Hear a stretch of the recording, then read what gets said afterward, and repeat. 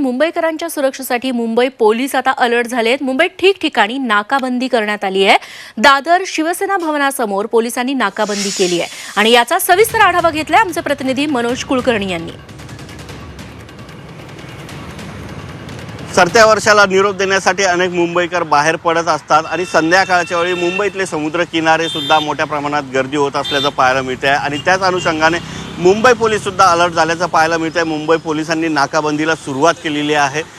जे वाहन धारक आहेत, वाहन चालक आहेत, त्यांची तपासणी करण्यात येते। ज्यांचा संशय येतो त्यांची तपासणी करण्यात येते। त्याचबरोबर अनेक वाहन चालकांकडे परवाना आहे का, त्याचबरोबर त्यांच्या गाड्यांची सुद्धा तपासणी करण्यात येत असल्याचं पाहायला मिळते। मी आहे आता दादर या ठिकाणी। दादर शिवसेना भवन जे आहे त्या ठिकाणी जे आहे ते पोलिसांची नाकाबंदी सुरू आहे आणि येणारे वाहनांची ते तपासणी करत असल्याचं पाहायला मिळतं आहे। जसं जशी वेळ जाईल तसे मुंबईकर बाहेर पडतात आणि कुठे अनुचित प्रकार होऊ नये, त्याचबरोबर नशापानी करून गाड्या चालवू नये यासाठी मुंबई पोलीस अलर्ट झालेले आहे आणि अशा प्रकारचे जर कोणी आढळले तर त्यांच्यावर कायदेशीर कारवाईसुद्धा करण्यात येत असल्याचं पाहायला मिळते आहे।